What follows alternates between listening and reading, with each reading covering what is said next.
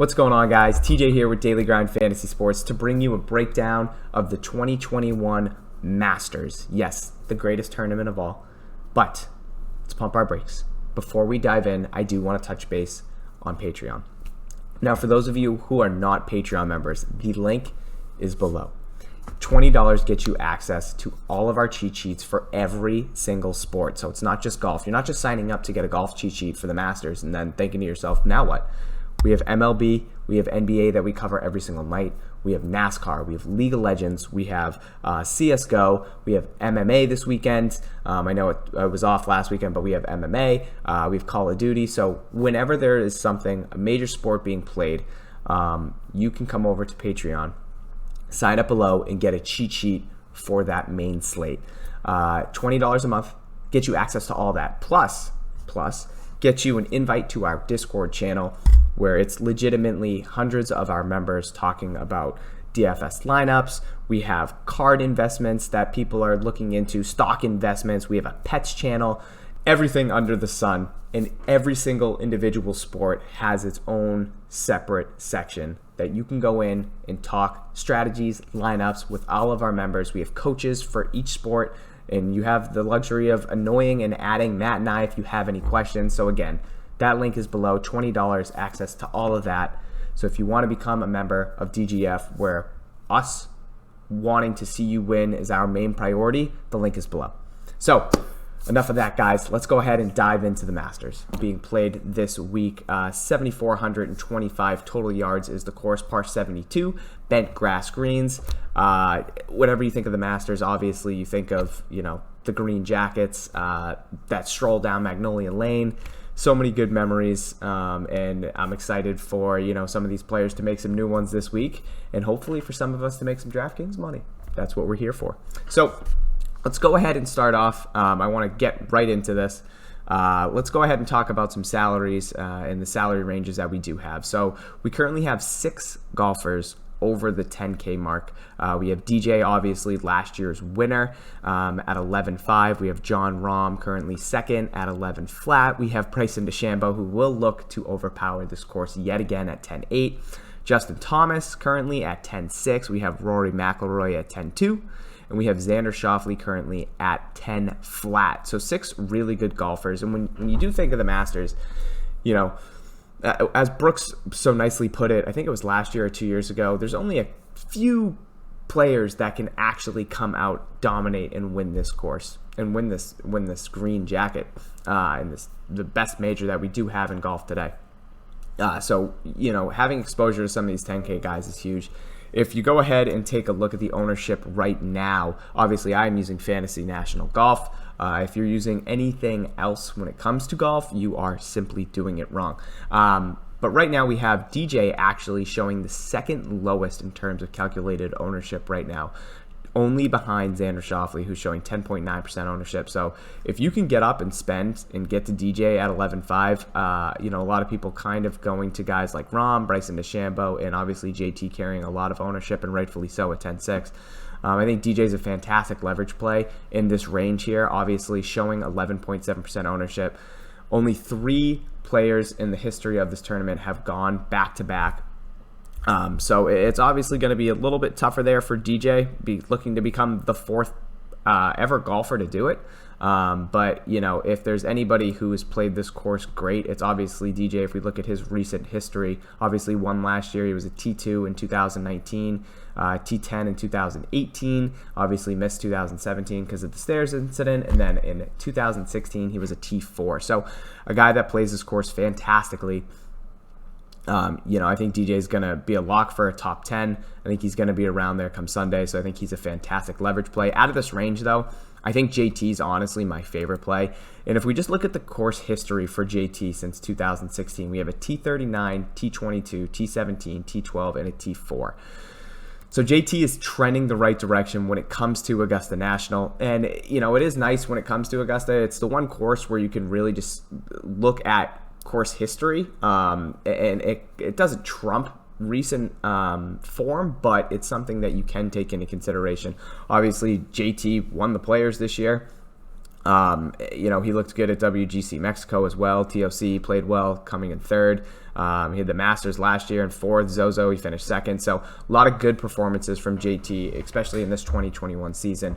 And stroke gain approach at the Players, 6.5 on the field. So, some of those stats that we are looking at, and I haven't touched base on that. Let's go ahead and actually dive over to the most important stats when it does come to Augusta National. We have strokes gained off the tee, and these are actually the stats that I'm going to be weighing and how my percentages on each stat. So we have strokes gain off the tee here. I'm putting at 25%, strokes gain approach, and strokes gain around the green. I think those are the three biggest stats that we are looking at this weekend, and more so strokes off the tee and then strokes gained approach. Those are the two heaviest and the two most important factors when it does come to Augusta National. I'm weighing par 5 scoring.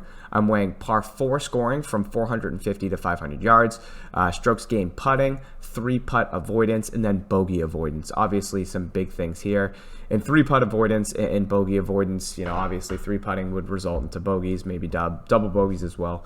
So that's definitely something I want to factor in a little bit.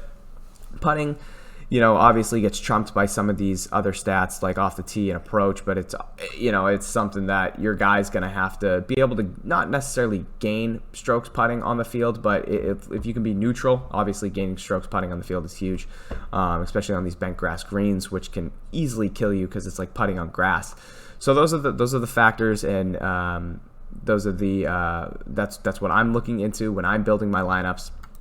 So let's go ahead and get back to the field here. When we get to the 9K range, again, some fantastic plays, and obviously the ownership is going to one Jordan Spieth, who since February 1st has been absolutely crushing it. Obviously just won Valero last week. Just the stats themselves. Tee to green, 12.9 strokes on the field.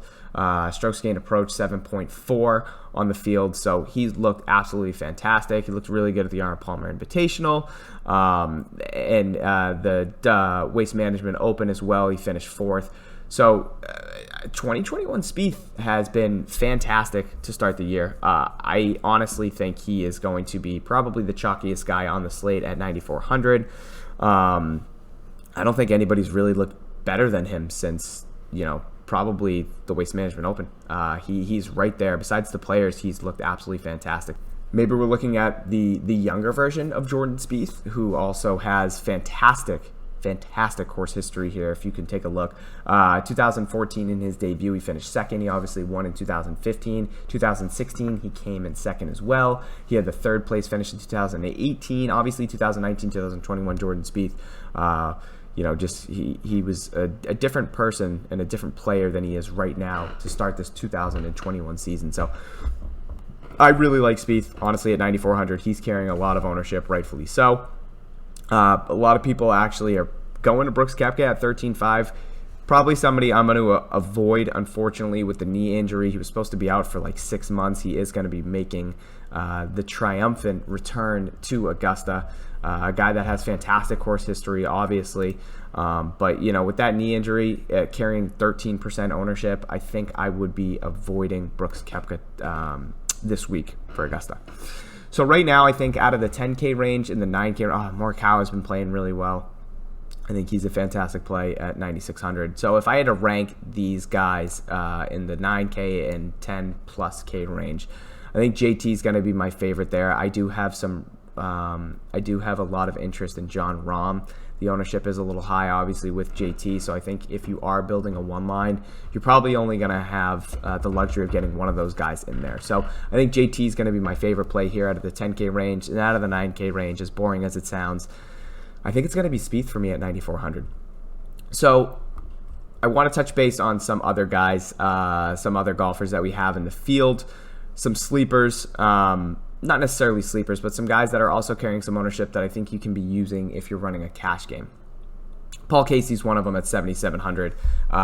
His iron play since the beginning of this 2021 stretch has been honestly probably the best in the field by far. Probably second would probably be Sergio at 7,900. Both these guys, fantastic iron players. But Paul Casey's looked really good. I mean, the course history speaks for itself, obviously. He had a 6th place finish in 2017, a T15 in 2018. He did have a cut in 2019, but I'm not looking into that too much. T4 in 2016. So the course history is here for a guy like Paul Casey carrying some ownership. I do think he's a fantastic cash play. Joaquin Niemann also at 7,400 carrying 13.5% ownership. I can get behind that if you're running a one line. Corey Connors. Corey Connors is the one guy that I did want to talk about.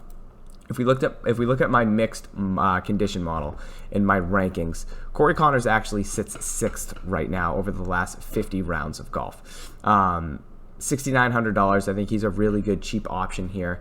You know, if you do want to get up to some of those really expensive guys like JT, like Dustin Johnson, Bryson DeChambeau potentially, if you're playing tournaments, I think Corey Connors is a great play. T10 last time going out at Augusta.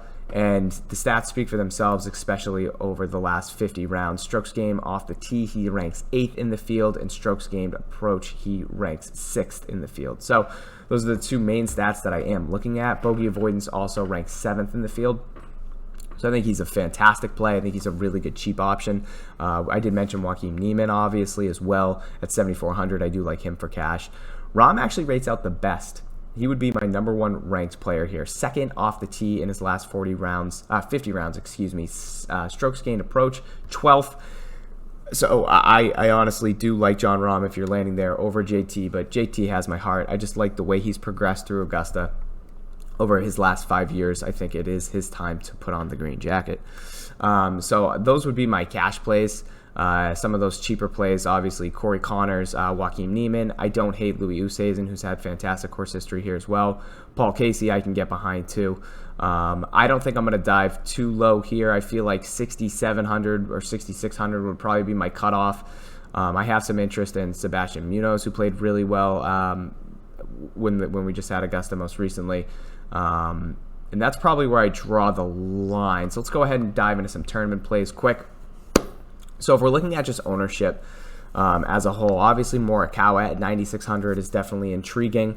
I think you could be going there if you're running tournaments. Out of these top 10K plus range guys, I think DJ is definitely my play. He's a threat to come out here and easily put this green jacket on for the 2nd straight time.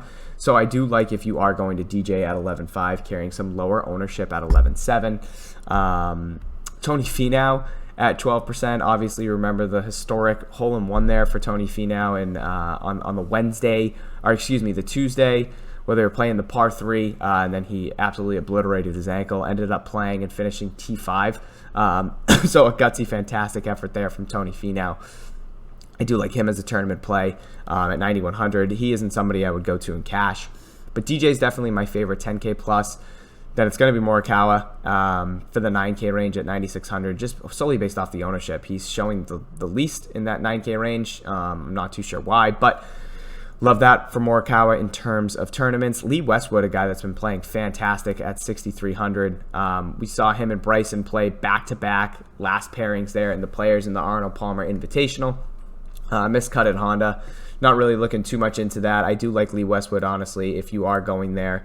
For a tournament play, obviously carrying some low ownership right now at 6.3%, somebody I can get behind. Tommy Fleetwood, 8K, 5.7, has not been playing good at all coming into this tournament. But, you know, I don't hate him as a tournament play at 8K. Just hasn't really had his best stuff, especially at the beginning of this 2021. Missed the cut at the Players, when I was really high on him at the Players, unfortunately. So missed the cut there. And if we're looking into the 7K range, obviously Jason Day carrying some ownership, Louis Oosthuizen and Adam Scott, all guys that have played this course very well. Bubba Watson, guy that has some really good course history, hasn't been playing his best golf in 2021, but at 7,800, I can get behind him as a tournament play. Matt Wolff was a guy that carried a lot of ownership at last year's Masters. Ended up missing the cut. He was absolutely terrible. I was very high on him. I think the ownership and his recent form is scary, but I do think he's a fantastic tournament play. I think a lot of people are going to be scared off of him, not only because of the way he's been playing, but because of his most recent Masters performance there in November. 3.2% ownership, somebody I can get behind in tournaments. And it's funny because Molinari and Wolff were two guys that I was really high on when we had the Masters in November, and they both missed the cut and they both burned me. So I probably will be going back to the well with Matthew Wolff. I will never go to Molinari again, and watch, he'll probably T5 now. So that's it, guys. That's going to be my quick breakdown here of Augusta National. Day before, Matt and I are so excited to get the cheat sheet out to you guys for our Patreon members as quick as possible. So for those of you who watch this video, please give it a like. Make sure you subscribe to the channel. We love you guys. We love the support. And with all that being said, enjoy Augusta, enjoy the Masters, and let's cash.